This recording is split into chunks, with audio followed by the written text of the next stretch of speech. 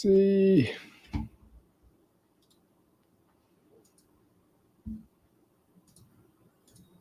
Okay, I think we are live.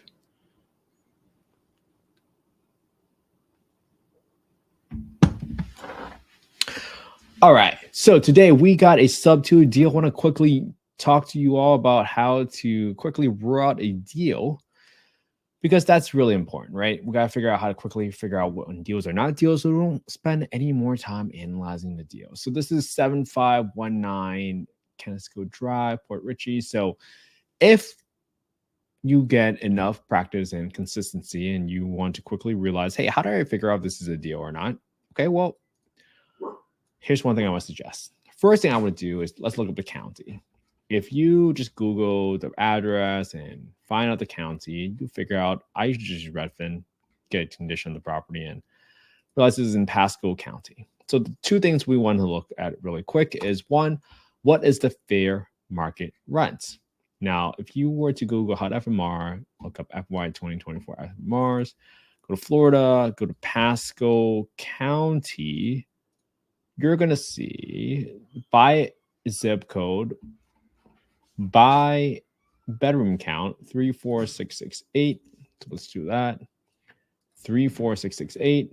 You see that the rent ceiling here for a 3-bedroom property is $21.50. Okay, that might sound like a good deal because your PITI is $18.20. Even take like 20% off, that's not going to be a deal, because that's going to be well below. If you just take 20% or 25% for expenses, 20% minus $21.50, that's at least $400 off. So $17.50, just using very rough math, that's going to be a negative cash flowing deal. Okay.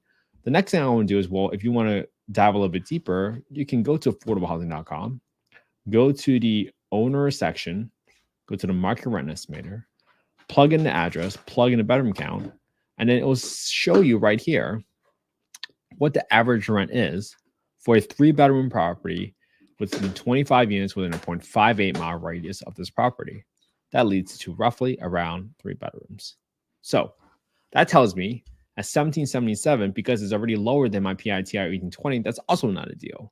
And this is likely the rent that I have to use in order to figure out whether or not this is a deal, because of the rent reasonableness test. The rent reasonableness test essentially states that you cannot charge more rent to a voucher holder when you compare that to an unassisted unit. So you can't charge more rent just simply because they're a Section 8 voucher holder, for obvious reasons. Now, if I were to say, like, can I get creative and turn to a 4-bedroom, this would be $22.41. And the rent ceiling would be $26.20. That would probably be the only scenario where you might try to figure out, hey, is it worth my time to go ahead and do this? So if I were to analyze this property, so let's go ahead and plug in some details here. Recent, let's just take the property I looked at yesterday. All right, PITI. Let's look at the property. Purchase down payment, 25 grand. Oh, great, excellent, same thing. 198,000 is the purchase price. 198,000.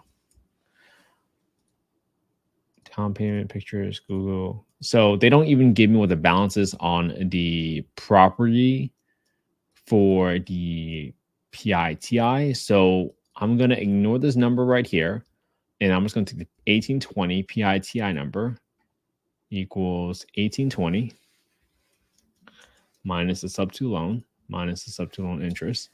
So that's going to equal to my property taxes and escrow amount, which includes insurance, at $30 for an investment property, $190,000. My rent for this property, if I were to say it was a 4-bedroom property, let's take the market rent, 2241.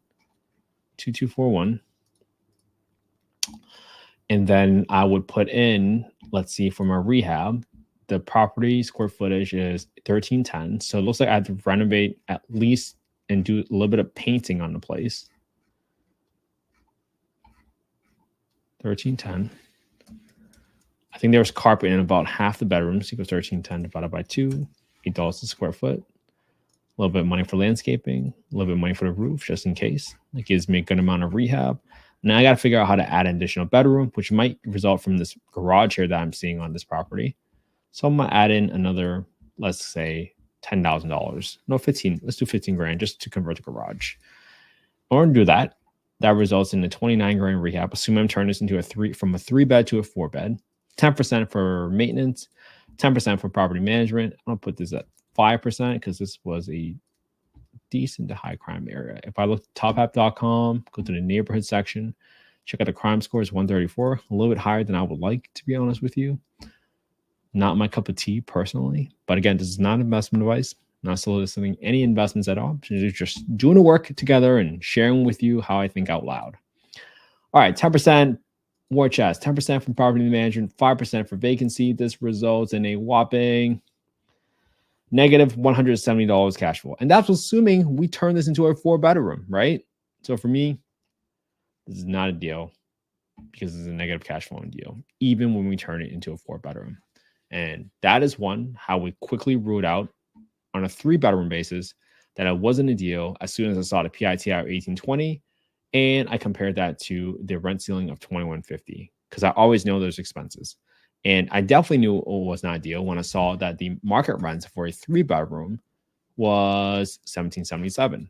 When I turned to a 4-bedroom, I said, okay, maybe there's some opportunity because it's $2241, but still, if you take out 20% for expenses, that already took off $400, and I already know that's going to be less than the PITI. This whole process of walking it out is simply proving it out on how I knew from a gut check perspective why it was not a deal, but for you to actually see all the numbers and how it flows out, that's what I at least wanted to share with you, and that's why I think it's not a deal. So amazing. I am so glad you guys all tuned in today for day 178, I believe. And if anybody wants a copy of the spreadsheet, people ask me all the time, just DM me your email at investwithkenthee on Instagram, and my team will send you the email with the template that I use every single day. My whole goal is so that everybody can just simply copy my homework.